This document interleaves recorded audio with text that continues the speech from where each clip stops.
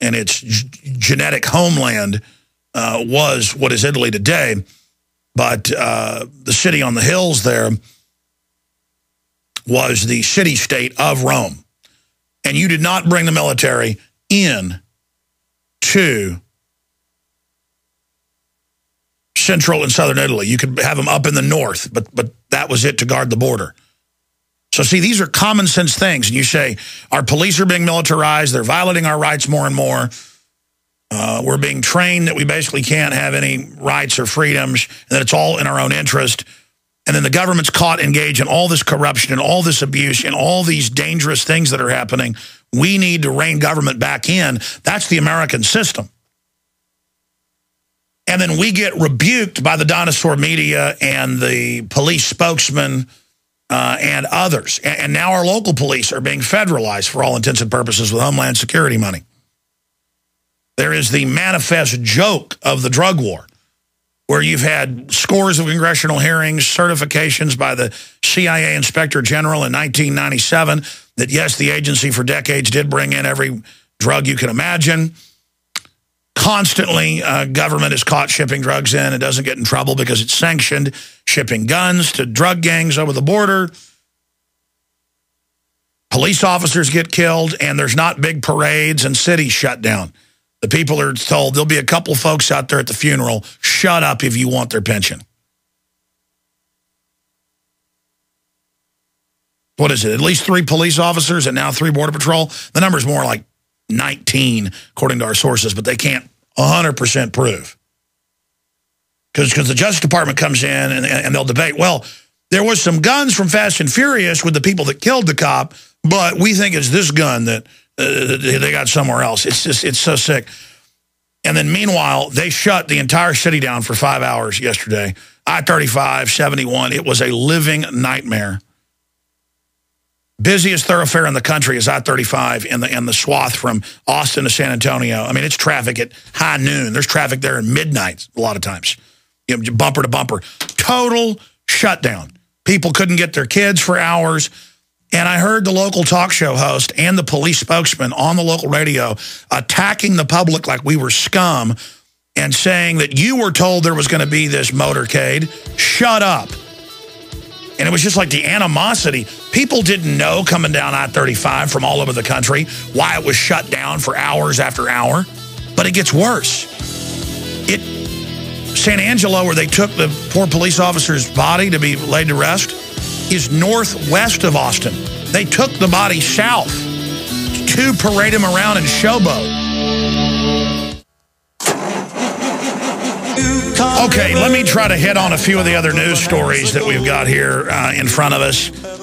And then I'm going to give the number out. In fact, I'll do that right now. And then I'm going to come back and cover from a psychology and criminology perspective what happened in Austin, Texas yesterday, where I live. And again, this affects people all over the country. This was a pure psyop on the back of a dead police officer. And it shows how the system manipulates.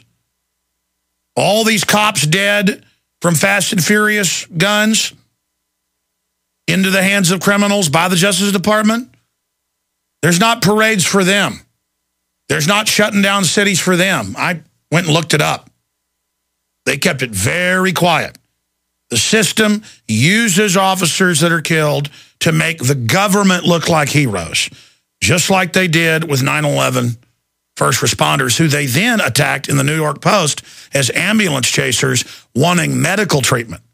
They wouldn't even get medical treatment.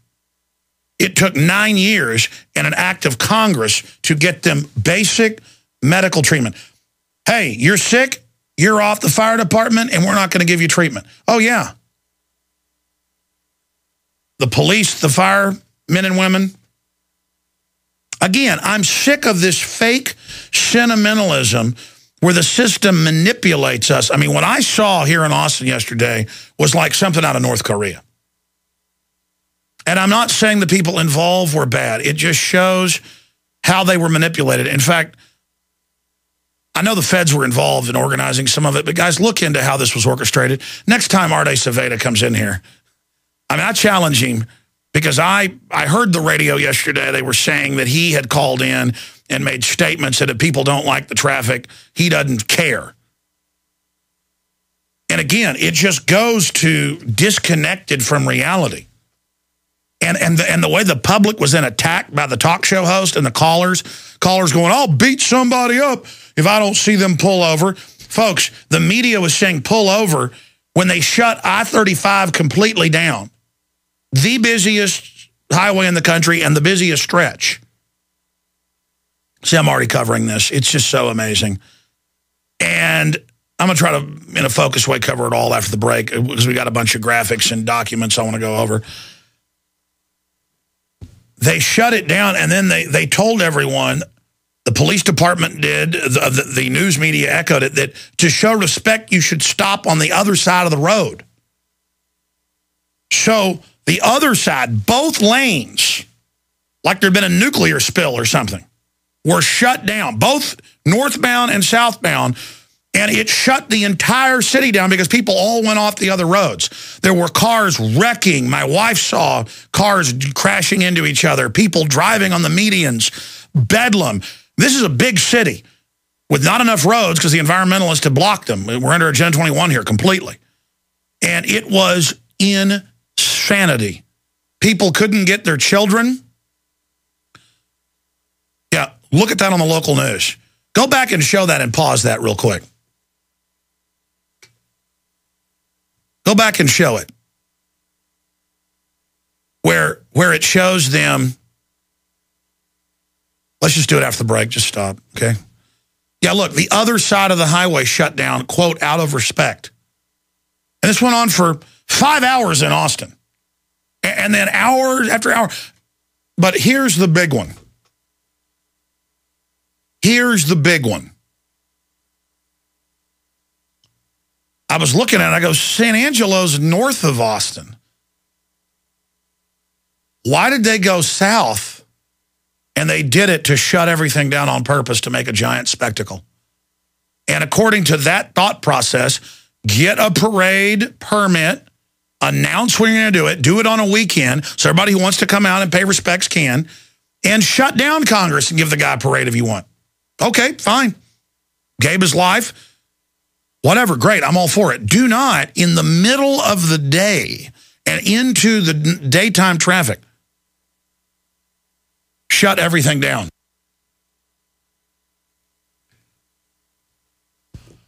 And I'm going to show you the maps if you're watching on Prisonplanet.tv and go all over. And people are like, hey, man, we got North Korea about to launch a missile. We got global depression. We'll get to all that. This, though, is about the mindset of government. And as a psyop, how the public responded. When they're told to be sentimental and care, they do. When they shoot a kid up with the vaccines and they die on the spot, nobody cares. Because the media is not told to care. We'll be back.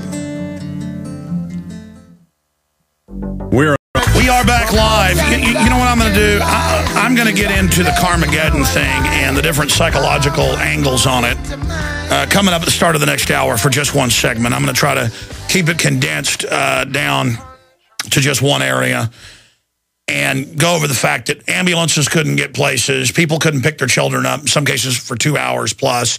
The major highway was completely shut down. There were no police to be seen anywhere writing the customary tickets and revenue generating, and I'm told that they couldn't really respond to a lot of calls, and it's just like, it doesn't matter.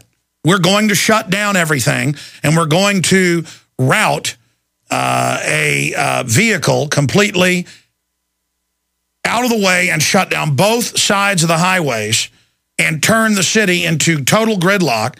And then if you complain about it and say, why did you do this? We're going to say you're a traitor and hate police because you're just a scumbag citizen here to pay taxes. And helicopters and the police chief crying. I mean, I've never seen this. The last police officer was Officer Jones, who died back in 2000 when some scumbag shot him when he pulled him over. And it is a tough, thankless job. My whole point is that the system wants to lionize police to God level and try to set up an idea that they are rock star superheroes so that you cannot ever criticize them. So when the state gives them orders that are criminal and dangerous and try to use them for tyranny, the psyop is you can't say no. And so that is all coming up later in the transmission. What I'm going to do right now is just open the phones up on any subject you want to discuss, what's happening to the economy, the threats of North Korea to go to war if anybody gets in the way of their missile being launched, our corporate media criticizing North Korea and talking about how horrible the government is and how the people are starving. Well, I mean, you like total government. Our government does a lot of stuff like North Korea. And, of course, I can compare that. The public out crying, who didn't even know the police officer, and waving American flags. They're desperate for America to come back. They're desperate for something to believe in. And when the media says, have a race war over Trayvon Martin, it starts. People start getting killed. And when they say, you will, when you see this driving on the other side of the highway, you'll pull over out of respect as they shut down the other side of the highway. But then when a cop gets killed by the Justice Department's guns, or when the Justice Department kills Cop of the Year in Oklahoma because he knew the feds were planting bombs in the building, Terrence Yakey, and the head of the K-9 unit and others are witnesses to what the feds were doing. They come to him and say, we'll kill you and your family if you don't shut up. And then the cop, the police officers, it's 3 of them separately, go to the police chief. The police chief says, get out of my office. Better keep your mouth shut. Hey, chief, feds are threatening to kill me and my family if I talk about what I saw. Well, you better keep your mouth shut then, buddy. See, it's all fake. It's a psyop. That's my point. It's not about the police officer who was killed. It's about the fact that it's a giant psychological operation. And that it's getting more and more crazy when a police officer gets killed, where they act like the earth stands still. When they want to is the point. The question is, why did they want to route it through the middle of the city in rush hour and shut the entire city down into total gridlock and bedlam? I mean, when Bill Clinton used to do that, or George Bush, people got mad, and rightfully so. What do you need 100 cars? Why are you blocking highways? You're not the emperor. You're not Kim Jong-il. This is North Korea stuff, man. They shut the highways down in dictatorships. The people hated Ceausescu in Romania because he did stuff like that. American presidents didn't used to do this. Unless the city decided to give the president a parade, then there was a parade route. Not just as the president lands for fundraisers, they shut down the highway. It happens. Obama's here 4 or 5 times a year. And I usually don't go home till 7 or 8 or 9 at night, but sometimes we'll run out to get something to eat. And we're right here by I-35 and 290, and the airport's over there. And they'll just have police blocking the exits and things and entrances, and we can't go anywhere. And they'll block the road, 20 minutes before. When his plane lands, and sometimes he'll sit there for an hour, they start blocking the road. And you're just like, oh, the road's blocked because the king is here. That's what I'm sick of. I really have a problem with that. And so now the local bureaucrats, let me tell you, if they get away with using this dead cop to do this, it's an exercise of power. It's a showboating. They're going to start doing it. They had a police dog killed a few years ago. I'm already covering this.